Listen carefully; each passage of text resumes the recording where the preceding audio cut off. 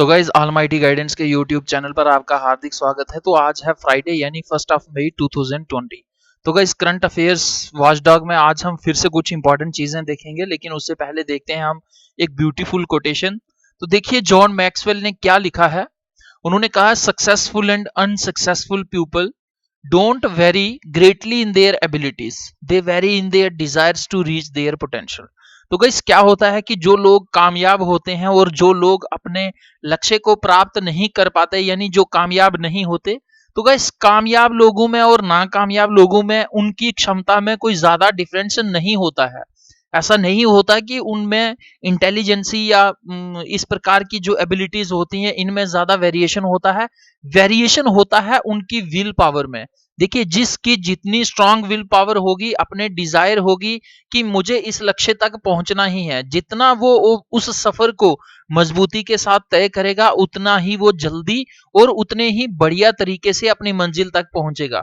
तो गाइस बहुत खूबसूरत लाइनें हैं कि सक्सेसफुल और अनसक्सेसफुल लोग इसलिए ही वेरी करते हैं क्योंकि उनकी डिजायर्स का जो पोटेंशियल है, उनकी डिजायर्स में जो स्ट्रांगनेस है वो वेरी करती है। जिसकी जितनी मजबूती होगी विल पावर में, वो उतना ही अच्छे ढंग से अपने पोटेंशियल तक, अपने गोल तक पहुंचेगा।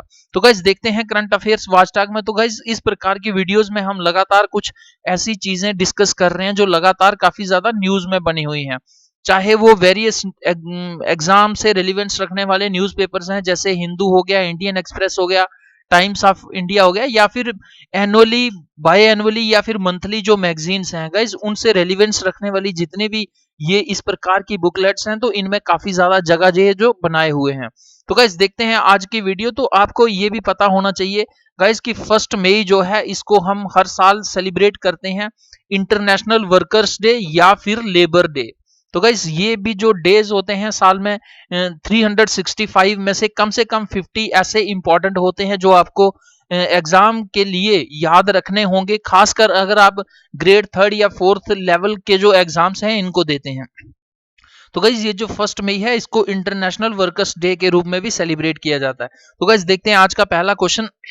देखिए ये जो कल मैंने वीडियो डिस्कस की थी यानी 30 अप्रैल 2020 में, तो उसमें एक इंटरिम गवर्नमेंट के बारे में मैंने क्वेश्चन जो था वो डिस्कस किया था। तो इसमें कुछ करेक्शन करना चाहता हूं, तो इसीलिए वापस से इस क्वेश्चन को मैं आज यहां पर स्लाइड बना के लेके आया हूं।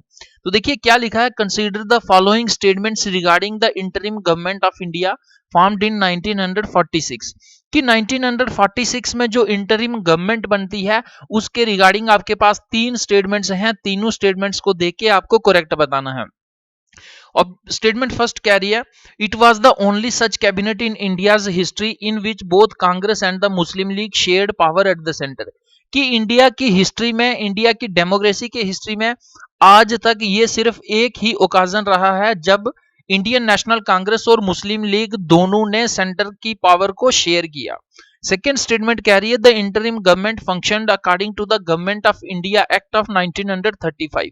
कि ये जो इंटरिम गवर्नमेंट थी इसने फंक्शन किया, इसने according to the provisions of the government of India act of 1935, इसके जो प्रोविजंस थे एक्ट के, इसी के अकॉर्डिंग जो है इसने फंक्शन किया, इसने काम किया। थर्ड स्टेटमेंट कह रही है, the interim government functioned until India became a sovereign democratic Republic. कि ये जो इंटरिम गवर्नमेंट थी ये तब तक चलती रही, यानी 1946 से तब तक चलती रही जब तक इंडिया सॉवरेन डेमोक्रेटिक रिपब्लिक नहीं बनता, यानी 30 जनवरी 1950 तक ये गवर्नमेंट जो है चलती रही। तो गाइस आपको ये तीनों स्टेटमेंट्स देख के इंटरिम गवर्नमेंट ऑफ इंडिया के रिगार्डिंग आपको करेक्ट बताना है। ऑप्शन ए कह रहा 1 एंड 2, बी कह रहा 1 ओनली, सी कह रहा 1 एंड 3, डी कह रहा 2 एंड 3। तो गाइस देखते हैं इसका आंसर। देखिए इसका आंसर जो है ये बी वाला है, 1 ओनली, क्योंकि ये जो सेकंड स्टेटमेंट है ये भी गलत है। क्यों गलत है? कि ये जो इंटरिम गवर्नमेंट थी इसने फंक्शन किया था according to the provisions of government of India act of 1919। तो ये 35 का एक्ट नहीं था, ये 1919 का एक्ट था। और ये जो थर्ड स्टेटमेंट है, इंटरिम गवर्नमेंट ने फंक्शन किया, ये सितंबर का महीना था 1946 से लेके 1947 तक, यानी 15 अगस्त 1947 के बाद डोमिनियन स्टेटस रहता है इंडिया का फ्रॉम 15 अगस्त 1947 टू 26 जनवरी 1950 तक। तो गाइस अच्छी जानकारी के लिए, अच्छे प्रकार के नॉलेज के लिए हम एक्सप्लेनेशन देखते हैं। देखिए क्या लिखा है, on September 2 1946 the interim government of India led by Jawaharlal Nehru was formed and lasted till 15th of अगस्त 1947। तो गाइस कल की वीडियो में थोड़ी करेक्शन कर रहा हूं, तो इसमें क्या है कि ये जो इंटरिम गवर्नमेंट है ये सितंबर 2 1946 से कब तक चलती है, 15th ऑफ अगस्त 1947। देखिए 47 15th ऑफ अगस्त 1947 तक चलती है इंटरिम गवर्नमेंट। उसके बाद डोमिनियन स्टेटस मिल जाता है भारत को, यानी इंडिया लगभग आजाद हो जाता है, लेकिन अभी भी सॉवरेन नहीं है, रिपब्लिक नहीं है। From 15th of August 1947 the government of India worked independently in the name of British King। लेकिन उसके बाद डोमिनियन स्टेटस रहता है और ब्रिटिश किंग के अंडर रहता है। ये उनका क्या नाम था, George 6 until 26th of January 1956। तो गाइस जैसे ही जो भारत का संविधान है इस डेट को इंप्लीमेंट किया जाता है तो ब्रिटिशर्स का इंटरफेरेंस टोटली अबॉलिश हो जाता है। It was the only such cabinet in India's history in which both Congress and the Muslim League shared power at the center।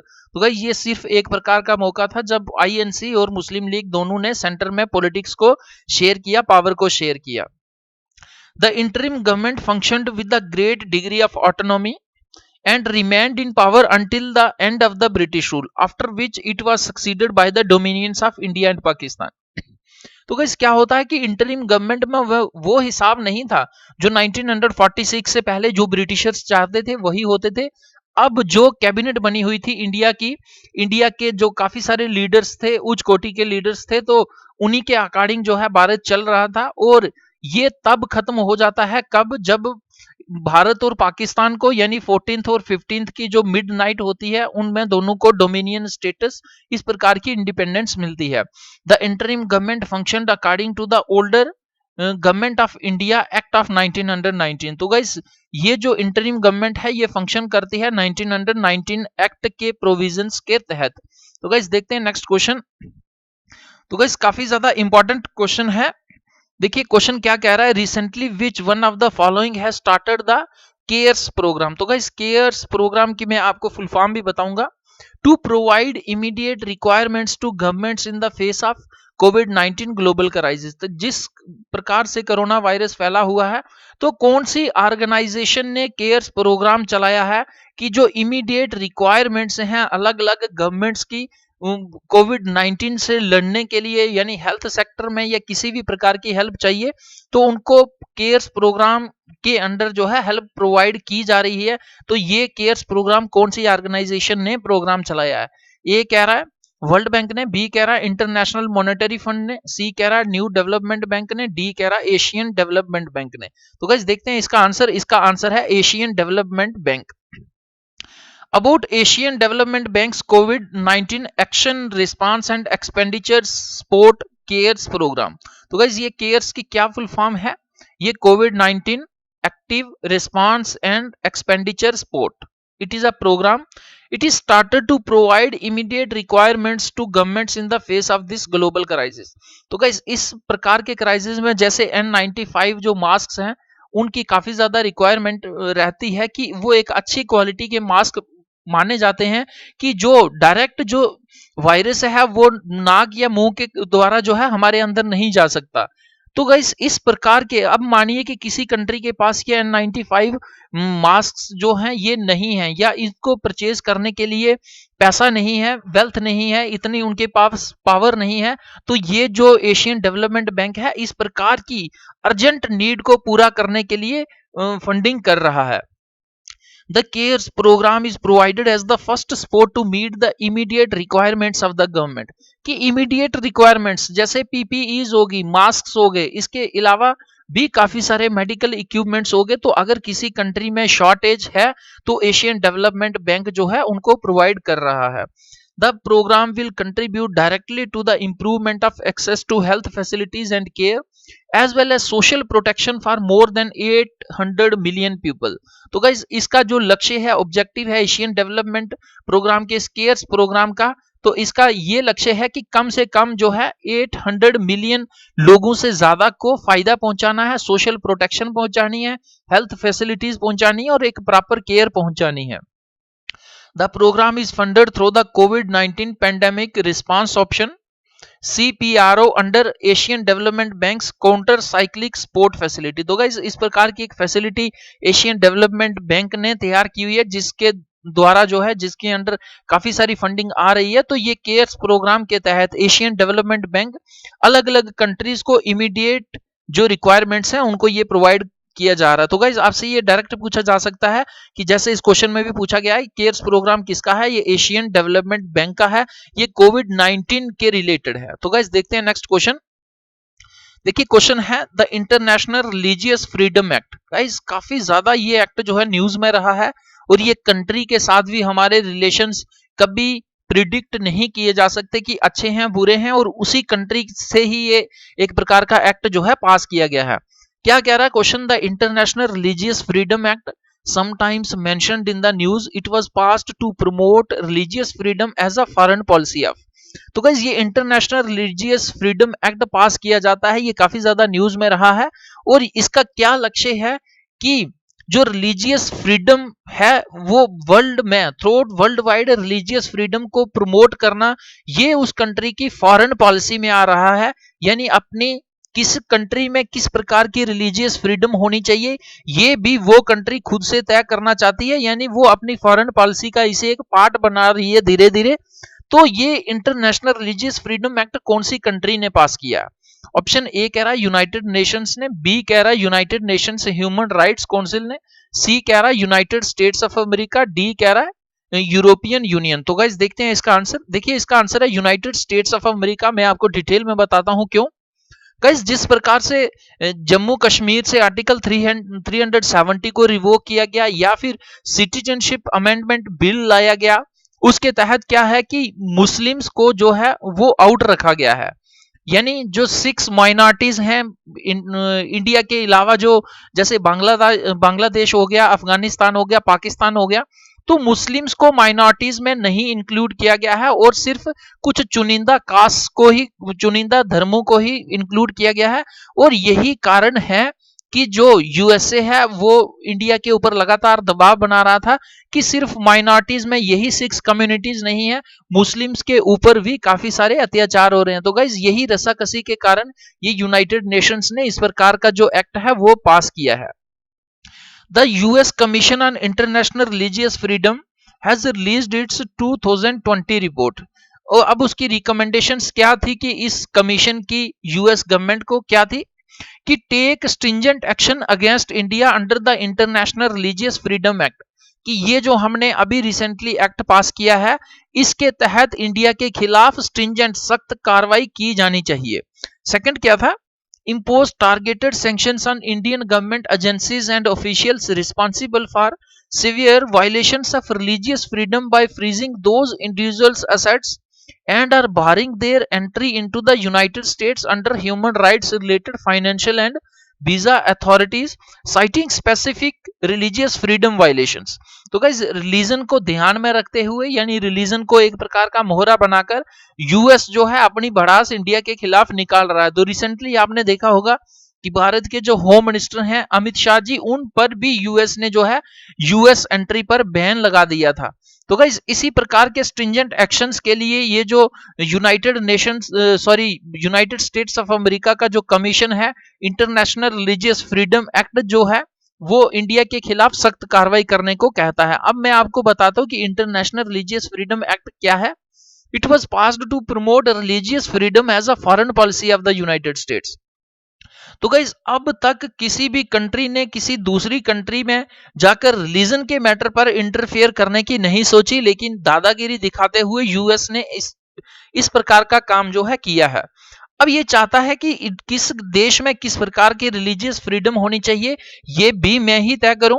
इस एक्ट का क्या प्रोविजन था? Its objective was to promote greater religious freedom in countries which engage in or tolerate violations of religious freedom and to advocate on the behalf of individuals persecuted for their religious beliefs and activities in foreign countries। तो guys अगर किसी भी प्रकार की country में किसी भी प्रकार की माइनॉरिटी या रिलीजन पर अत्याचार होता है तो उसके खिलाफ एक प्रकार का ये एक्ट प्रोविजंस बना रहा है कि जो लोग परसिक्यूटेड माइनॉरिटीज हैं या रिलीजियस एक्टिविटीज में किसी उस कंट्री की मेजोरिटी जो लोग हैं वो अगर इंटरफियर करते हैं तो उनके खिलाफ आवाज जो उठाई जाएगी। इस प्रकार का provision international religious freedom act जो यूनाइटेड स्टेट्स ऑफ अमेरिका का है इसमें किए गए हैं। तो गाइस देखते हैं नेक्स्ट क्वेश्चन।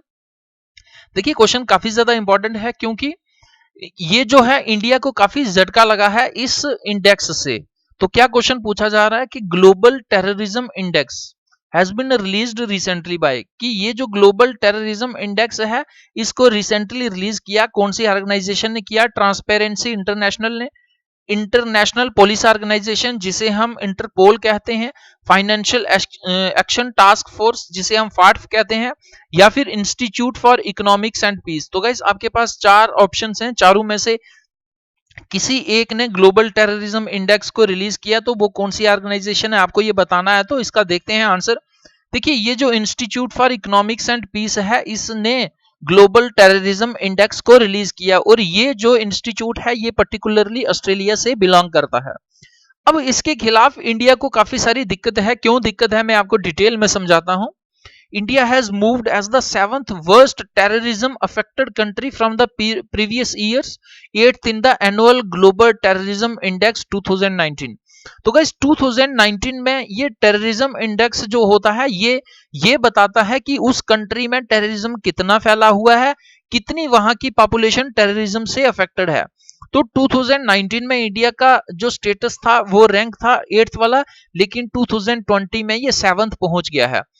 और इंडिया से आगे कौन कौन सी countries? The countries ahead of it are Pakistan, Iraq, Nigeria, Syria, Pakistan and Somalia. तो गाइस यहां पर ये ध्यान देने वाली बात है कि जितना ये रैंक आपका डाउन होगा, डाउन का मतलब कि 7th से 6th 4th 5th या इस प्रकार से आता है, नीचे चला जाता है, तो क्या होगा कि जो इंटरनेशनल ट्रेड है, वो इंटरनेशनल जो कंपनीज हैं या कोई भी कंट्री है वो इंडिया में इन्वेस्ट करने की नहीं सोचेगी, क्योंकि सबसे पहले यही सोचा जाता है किसी भी कंट्री में इन्वेस्ट करने के लिए कि वहां पर जो है पीस और स्टेबिलिटी कितनी है। तो अगर वहां पर दंगे प्रसाद हो रहे हैं, इस प्रकार का टेररिज्म फैल रहा है, तो जो फॉरेन डायरेक्ट इन्वेस्टमेंट होती है या फॉरेन इंस्टीट्यूशनल इन्वेस्टमेंट होती है उसमें काफी ज्यादा कमी होती है, और यही कारण होता है कि उस देश की उस कंट्री की जो इकोनॉमी है वो अच्छे से ग्रो नहीं कर पाती। तो इंडिया का रैंक यहां से गिर गया है, यानी 8th से 7th आ गया है।